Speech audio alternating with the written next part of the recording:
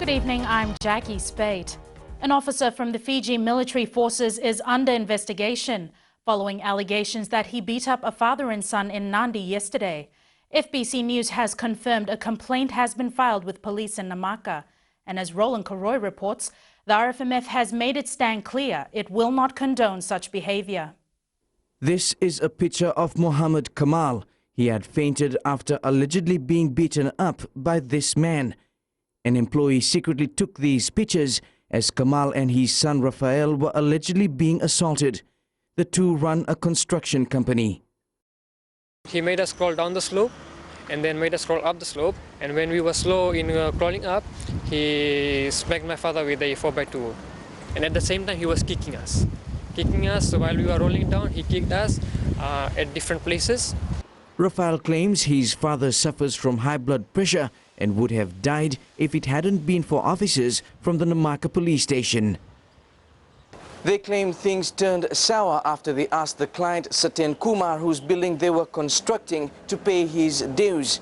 A meeting was then arranged by Saten, who showed up with the military officer. It was during this meeting that the alleged assault occurred. We asked Kumar about his affiliation with the army officer.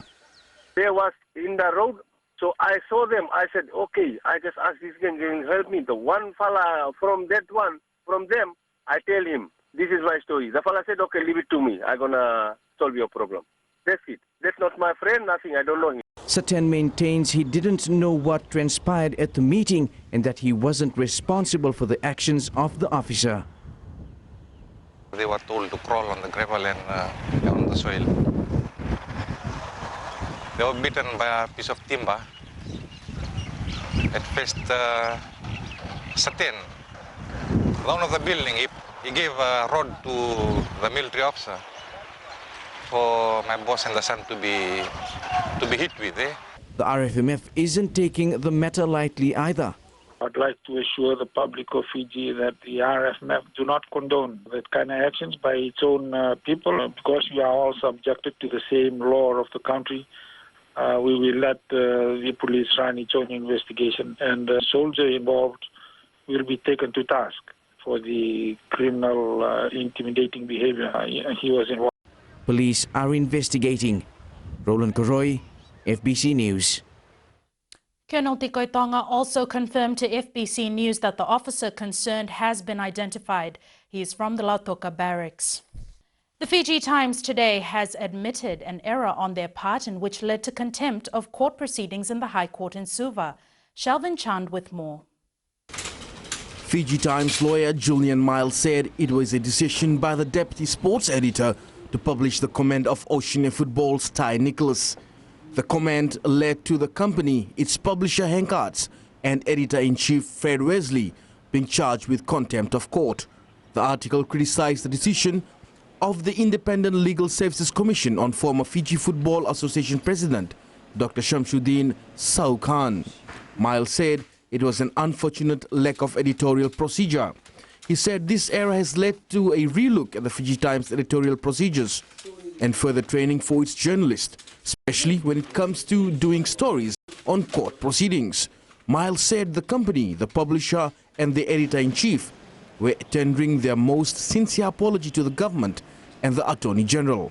However, Justice William Kalinchini said the apology should be directed to the court and the judiciary and not the government. Justice Kalinchini said, contrary to the belief in Mr. Miles' country, the government and judiciary in Fiji are independent of each other. He said if an apology should be offered, it should be to the judiciary and the court. Justice Kalinchini will give his ruling on notice. Shalvin Chand, FBC News.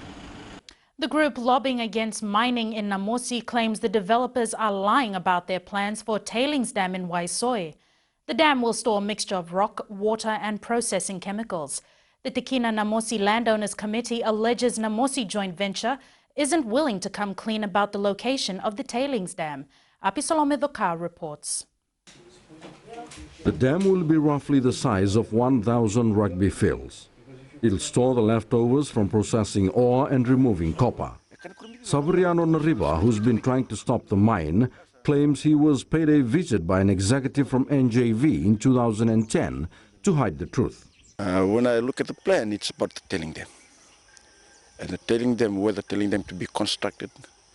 And and he told me that the company, the most joint venture, will pay me in a different sum so that I may not open my mouth to anybody or anyone about this tailing dam. He claims the money was to stop talking about the location of the tailing dam. NJV in response says this is nothing new.